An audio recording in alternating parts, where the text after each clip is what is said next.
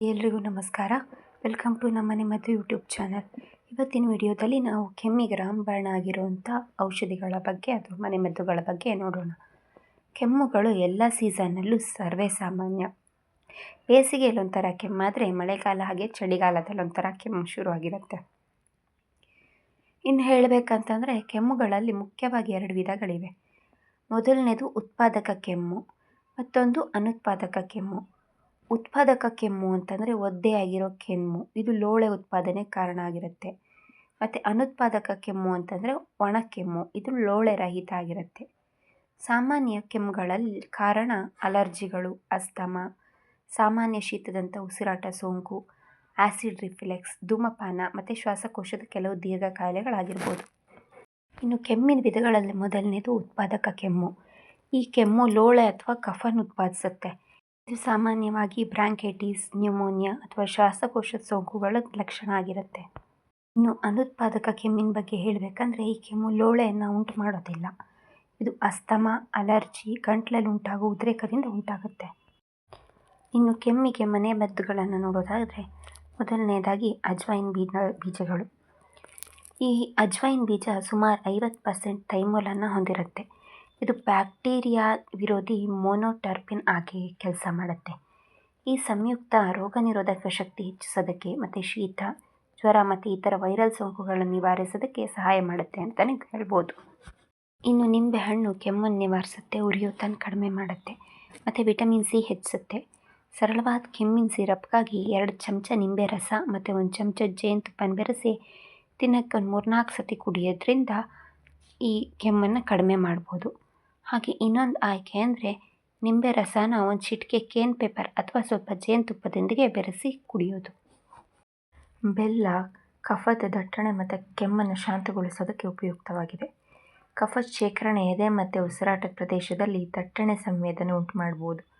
ಅದನ್ನು ಹೊರಹಾಕೋದ್ರಿಂದ ಕೆಮ್ಮು ಮತ್ತು ದಟ್ಟಣೆ ನಿವಾರಿಸುತ್ತದೆ. ಕೆಲವು ಕಾಳುಮೆಣಸುಗಳನ್ನ 20 ನಿಮಿಷಗಳ ಕಾಲ ನೀರಲ್ಲಿ ಕುದಿಸಿ ಅದಕ್ಕೆ ಸ್ವಲ್ಪ ಜೀರಿಗೆ ಮತ್ತು ಬೆಲ್ಲ ಸೇರಿಸಿ ಕುಡಿಯೋದ್ರಿಂದ ಇದು ಕಫ ಹೊರಹಾಕೋಕ್ಕೆ ಸಹಾಯ ಮಾಡುತ್ತೆ. ಇಲ್ಲ ಅಂದರೆ ಈರುಳ್ಳಿ ಕಾಲು ಭಾಗ ಕತ್ತರಿಸಿ ಮಧ್ಯದಲ್ಲಿ 1 ಸಣ್ಣ ತುಂಡು ಬೆಲ್ಲ ಇಟ್ಟು ಅದನ್ನು ತಿನ್ನೋದ್ರಿಂದ ಕೂಡ ಇದು ಕಫವನ್ನು ಕರಗಿಸೋದಕ್ಕೆ ಸಹಾಯ ಮಾಡುತ್ತೆ. ಪುದೀನ ಎಲೆ ಮತ್ತು ನೀಲಗಿರಿ ಎಣ್ಣೆ ಎರಡೂ ಅವುಗಳು ಗುಣಪಡಿಸುವ ಗುಣಗಳಿಗೆ ಹೆಸರುವಾಸಿ. ಪುದೀನದಲ್ಲಿರೋ ಸಕ್ರಿಯ ಘಟಕಾಂಶ ಅಂದರೆ ಮೆಂಥಾಲ್. ಇದು ಗಂಟಲನ್ನು ಶಮನಗೊಳಿಸುತ್ತೆ ಮತ್ತು ಲೋಳೆ ಏನಿರುತ್ತೆ ಕಫ ಕಟ್ಟಿರೋದು ಅದು ಒಡೆಯೋದಕ್ಕೆ ಸಹಾಯ ಮಾಡುವಂಥ ಡೆಂಕೋಜೆಸ್ಟಿಂಗ್ ಆಗಿ ಕಾರ್ಯನಿರ್ವಹಿಸುತ್ತೆ. ಪುದೀನ ಚಹಾ ಅಥವಾ ಉಗಿ ಸ್ನಾನ ಅಂತಂದರೆ ಪುದೀನದ ಆವಿಯನ್ನು ತಗೊಳೋದ್ರಿಂದ ಆರೋಗ್ಯವನ್ನು ಉತ್ತೇಜಿಸ್ಬೋದು. ಹೆಚ್ಚುವರಿಯಾಗಿ ನೀಲಗಿರಿ ಎಣ್ಣೆ, ತೆಂಗಿನ ಎಣ್ಣೆ ಮತ್ತು ಜೇನುಮೆಣದಿಂದ ತಯಾರಿಸಿದ ಮುಲಾಮು ಕೂಡ ಕೆಮ್ಮನ್ನು ನಿವಾರಿಸುತ್ತೆ. ಇನ್ನು ಲ್ಯಾವೆಂಡರ್ ಎಣ್ಣೆ ನರಗಳ ಮೇಲೆ ಶಮನಕಾರಿ ಮತ್ತು ಶಾಂತಗೊಳಿಸೋ ಪರಿಣಾಮ ಬೀರುತ್ತೆ. ಇದು ನಾಯಿ ಕೆಮ್ಮು, ಅಸ್ತಮ, ಶೀತ, ಬ್ರಾಂಕೈಟಿಸ್, ಲಾರಿಂಜಿಟಿಸ್, ಹ್ಯಾಲಿಟೋಸಿಸ್ ಅಥವಾ ದುರ್ವಾಸನೆ ಅಂತ ಏನು ಕರಿತೀವಿ ಮತ್ತು ಅದು ಗಂಟಲಿನ ಸೋಂಕುಗಳಿಗೆ ತುಂಬಾ ಪ್ರಯೋಜನಕಾರಿಯಾಗಿದೆ.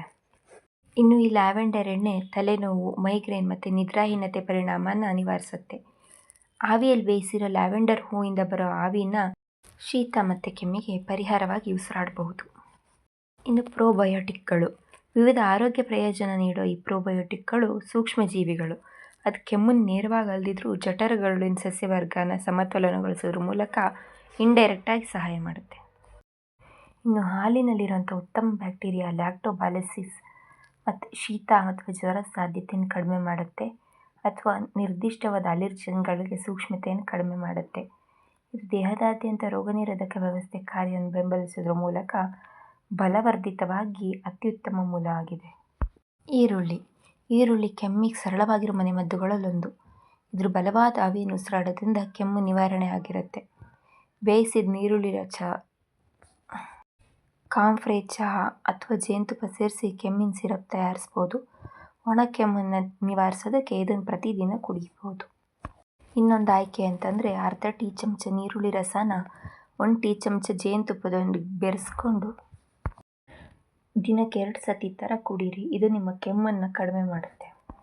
ಥೈಮನ್ನು ಸಾಮಾನ್ಯವಾಗಿ ಉಸಿರಾಟದ ಕಾಯಿಲೆಗಳಿಗೆ ಚಿಕಿತ್ಸೆ ನೀಡೋಕ್ಕೆ ಬಳಸ್ತಾರೆ. ಥೈಮ್ ಎಲೆಯಿಂದ ಹೊರತೆಗೆಯಲಾಗಿರೋ ಸಾರ ಅಲ್ಪಾವಧಿ ಬ್ರಾಂಕೈಟಿಸ್ ಮತ್ತು ಕೆಮ್ಮನ್ನು ನಿವಾರಿಸೋದಕ್ಕೆ ಸಹಾಯ ಮಾಡುತ್ತೆ. ಎಲೆಗಳು ಫ್ಲೇವನಾಯ್ಡ್ ಹೊಂದಿರುತ್ತೆ. ಇದು ಕೆಮ್ಮುವಿಕೆಯಲ್ಲಿ ಒಳಗೊಂಡಿರೋ ಗಂಟ್ಲಿನ ಸ್ನಾಯುವನ್ನು ಸಡಿಲಗೊಳಿಸಿ ಮತ್ತು ಉರಿಯೂತನ ಕಡಿಮೆ ಮಾಡುತ್ತೆ. ಮನೆಯಲ್ಲೇ ತೈಮ್ ಚಹಾ ಮಾಡೋದಕ್ಕೆ 2 ಟೀ ಚಮಚ ಪುಡಿ ಮಾಡಿರೋ ತೈಮ್ ಎಲೆ ತೆಗೆದುಕೊಂಡು 1 ಕಪ್ ಕುದಿಯೋ ನೀರಿಗೆ ಸೇರಿಸಬೇಕು. ಕಪ್ಪನ್ನು ಮುಚ್ಚಿ 10 ನಿಮಿಷ ಕಾಲ ಹಾಗೆ ನೆನೆಯೋದಕ್ಕೆ ಬಿಡಿ. ನಂತರ ಮಿಶ್ರಣ ಸೋಸಿಕೊಂಡು ಕುಡಿಯಿರಿ. ತೈಮ್ ಶ್ವಾಸನಾಳ ಮತ್ತು ಶ್ವಾಸನಾಳ ಸ್ನಾಯುವನ್ನು ಸಡಿಲಗೊಳಿಸುತ್ತೆ, ವಾಯುಮಾರ್ಗನ ತೆರೆಯುತ್ತೆ ಮತ್ತು ಅದು ಕೆಮ್ಮಿಂದ ಹೆಚ್ಚಿನ ಆರಾಮನ ನೀಡುತ್ತೆ. ಇನ್ನು ಶುಂಠಿ, ಇದು ಕೆಮ್ಮು ಮತ್ತು ಗಂಟಲು ನೋವಿಗೆ ಅತ್ಯಂತ ಜನಪ್ರಿಯ ನೈಸರ್ಗಿಕ ಮನೆಮದ್ದು. ಶುಂಠಿಯಲ್ಲಿ ಕೆಮ್ಮನ್ನು ಶಮನ ಮಾಡೋ ಅಂಶ ಅಂತಂದರೆ ಜಿಂಜರಾಲ್. ಇದು ಉರಿಯೂತ ನಿವಾರಕ ಮತ್ತು ಆ್ಯಂಟಿಮೈಕ್ರೋಬಿಯಲ್ ಗುಣ ಹೊಂದಿದೆ. ಹೆಚ್ಚುವರಿಯಾಗಿ ಇದು ವಾಯುಮಾರ್ಗಗಳನ್ನು ತೆರೆದು ವಿಶ್ರಾಂತಿ ಮಾಡೋದಕ್ಕೆ ಮತ್ತು ಕಿರಿಕಿರಿ ಕಡಿಮೆ ಮಾಡೋದಕ್ಕೆ ಸಹಾಯ ಮಾಡುತ್ತೆ. ಇನ್ನು ಪುಡಿ ಮಾಡಿರೋಂಥ ತಾಜಾ ಶುಂಠಿನ ನೀರಿನೊಟ್ಟಿಗೆ ಕುದಿಸಿ ಈ ದ್ರಾವಣನ ದಿನಕ್ಕೆ 3 ರಿಂದ 4 ಸತಿ ಕುಡಿಯೋದ್ರಿಂದ ಕೆಮ್ಮು, ಗಂಟಲು ನೋವು ನಿವಾರಣೆ ಆಗುತ್ತೆ.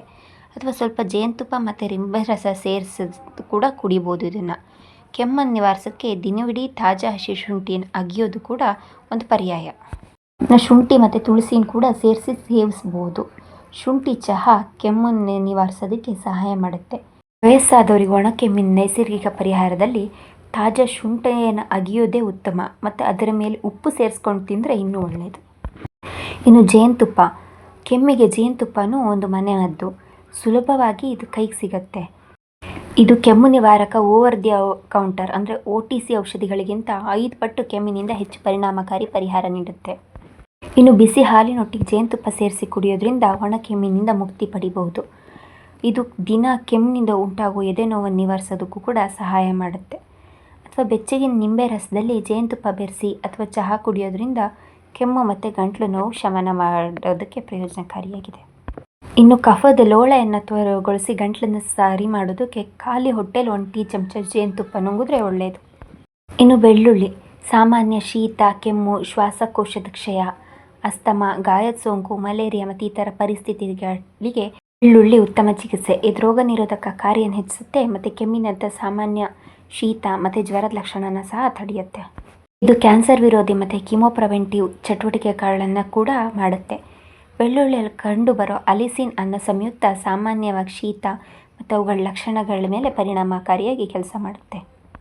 ಇದರ ಜೊತೆಗೆ ವಯಸ್ಸಾಗಿರೋ ಅಂತಂದರೆ ತುಂಬ ಹಳೆಯ ಬೆಳ್ಳುಳ್ಳಿ ಸಾರ ನರರಕ್ಷಣಾತ್ಮಕ, ಉತ್ಕರ್ಷಣ ನಿರೋಧಕ ಮತ್ತು ಹೆಪಟೋಪ್ರೊಟೆಕ್ಟಿವ್ ಗುಣನ ಹೊಂದಿದೆ.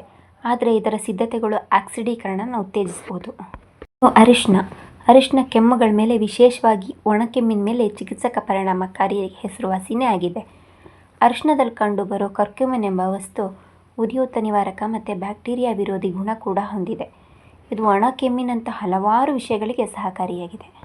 1 ಲೋಟ ಬೆಚ್ಚಗಿನ ಹಾಲಿಗೆ ಅರ್ಧ ಟೀ ಚಮಚ ಅರಿಶಿನ ಪುಡಿ ಸೇರಿಸಿ ಕುಡಿದ್ರೆ ಕೆಮ್ಮು ನಿವಾರಣೆ ಆಗುತ್ತೆ. ಅಥವಾ 1 ಟೀ ಚಮಚ ಅರಿಶಿನದ ಪುಡಿಯನ್ನು 1 ಟೀ ಚಮಚ ಕರಿಮೆಣಸಿನ ಪುಡಿಯೊಟ್ಟಿಗೆ ಬೆರೆಸಿ ಅರ್ಧ ಕಪ್ ನೀರಲ್ಲಿ ಕುದಿಸಿ ಅದು ಹೆಚ್ಚುವರಿ ವಾಸನೆಗೆ ದಾಲ್ಚಿನ್ನಿ ತುಂಡುಗಳನ್ನು ಕೂಡ ಹಾಕ್ಬೋದು. ಕುದಿಸಿದ ನಂತರ 1 ಚಮಚ ಜೇನುತುಪ್ಪ ಬೆರೆಸಿ ಕೆಮ್ಮಿರೋ ರೋಗಿಗೆ ಕೊಟ್ಟರೆ ಕೆಮ್ಮು ಕಡಿಮೆ ಆಗುತ್ತೆ. ಇನ್ನು ಬಾದಾಮಿ ಕೆಮ್ಮಿನ ಲಕ್ಷಣ ಕಡಿಮೆ ಮಾಡೋದಕ್ಕೆ ಸಹಾಯ ಮಾಡೋ ಪೌಷ್ಟಿಕಾಂಶದ ಗುಣ ಹೊಂದಿದೆ. 5 ರಿಂದ 6 ಬಾದಾಮಿಗಳನ್ನ ನೀರಿನಲ್ಲಿ ನೆನೆಸಿಟ್ಟು 8 ರಿಂದ 10 ಗಂಟೆಗಳ ಕಾಲ ನೆನೆಸಿಡಿ. ನೆನೆಸಿರೋಂಥ ಬಾದಾಮಿನ ಪೇಸ್ಟ್ ಮಾಡಿ ಆ ಪೇಸ್ಟಿಗೆ ಬೆಣ್ಣೆಯೊಂದಿಗೆ ಮಿಶ್ರಣ ಮಾಡಿ ಕೆಮ್ಮು ಸುಧಾರಿಸೋವರೆಗೂ ಈ ಮಿಶ್ರಣನ ಪ್ರತಿದಿನ 3 ರಿಂದ 4 ಸರಿ ಸೇವಿಸಿ. ಅನಾನಸ್, ಬ್ರೊಮೆಲಿಯಾಸಿ ಕುಟುಂಬದ ವೈಜ್ಞಾನಿಕ ಅನಾನಸ್ ಕೊಮೊಸಸ್ ಮೇರ್ ಅಂತ ಕರೆಯಲ್ಪಡುತ್ತೆ. ಅನಾನಸ್ನ ಇದು ಪ್ರೋಟಿಯೋಲೈಟಿಕ್ ಕಿಣ್ವ ಅಥವಾ ಪ್ರೋಟಿಯೇಸ್ಗಳ ಮಿಶ್ರಣವನ್ನು ಬ್ರೊಮೈಲಿನ್ ಅನ್ನು ಹೊಂದಿರುತ್ತೆ. ಈ ಬ್ರೊಮೈಲಿನ್ ಏನಿದೆ ಇದು ಕೆಮ್ಮನ್ನು ನಿಗ್ರಹಿಸುತ್ತೆ ಮತ್ತು ಗಂಟಲಿನ ಲೋಳೆಯನ್ನು ಸಡಿಲಗೊಳಿಸುತ್ತೆ. ಕೆಮ್ಮು ಮತ್ತು ಲೋಳೆಗೆ ಉತ್ಪಾದನೆ ಆಗೋ ಸೈನೋಟಿಸ್ ಮತ್ತು ಅಲರ್ಜಿಗೆ ಸಂಬಂಧಪಟ್ಟಿರೋ ಸೈನಸ್ ಸಮಸ್ಯೆಗಳನ್ನ ಇದು ನಿವಾರಿಸುತ್ತೆ. ಬ್ರೊಮೈಲಿನ್ಗಳನ್ನು ಮಕ್ಕಳು ಅಥವಾ ರಕ್ತ ತೆಳುಗೊಳಿಸುವ ಔಷಧಿ ತಗೊಳ್ಳೋರು ತಗೋಬಾರ್ದು. ಇದನ್ನು ಜೇನುತುಪ್ಪದೊಂದಿಗೆ ಸೇರಿಸಿದಾಗ ಈ ಪೂರಕ ತಕ್ಷಣ ಸುಧಾರತೆ ನೀಡುತ್ತೆ ಅಂತ ಹಿರಿಯರ ನಂಬಿಕೆ. ಇನ್ನು ದ್ರಾಕ್ಷಿ, ಇವಿಷ್ಟು ಉಸಿರಾಟದ ವ್ಯವಸ್ಥೆಯಿಂದ ಕಫನ ಬಿಡುಗಡೆ ಮಾಡೋದಕ್ಕೆ ಸಹಾಯ ಮಾಡುತ್ತೆ. ಕಫ ಬೇಗ ಹೊರಹಾಕಿದಷ್ಟು ಕೆಮ್ಮು ಬೇಗ ಕಡಿಮೆ ಆಗುತ್ತೆ. ದ್ರಾಕ್ಷಿನ ನೇರವಾಗಿ ತಿನ್ಬೋದು ಅಥವಾ ದ್ರಾಕ್ಷಿ ರಸನ ಕುಡಿಬೋದು. ದ್ರಾಕ್ಷಿ ರಸನ 1 ಚಮಚ ಜೇನುತುಪ್ಪದೊಂದಿಗೆ ಸೇರಿಸ್ಕೊಂಡು ಕುಡಿಯೋದ್ರಿಂದ ಕೆಮ್ಮು ಬೇಗನೆ ಕಮ್ಮಿ ಆಗುತ್ತೆ. ಇವಿಷ್ಟು ಕೆಮ್ಮಿಗೆ ಸಂಬಂಧಪಟ್ಟಂಥ ಮನೆಮದ್ದುಗಳ ಕುರಿತಾದ ಮಾಹಿತಿ. ಇನ್ನೂ ಇಂಥ ಹೆಚ್ಚಿನ ವಿಡಿಯೋಗಳಿಗೆ ನಮ್ಮ ಮನೆಮದ್ದು ಯೂಟ್ಯೂಬ್ ಚಾನಲ್ನ ಲೈಕ್ ಮಾಡಿ, ಶೇರ್ ಮಾಡಿ ಹಾಗೆ ಸಬ್ಸ್ಕ್ರೈಬ್ ಮಾಡಿ. ಧನ್ಯವಾದಗಳು.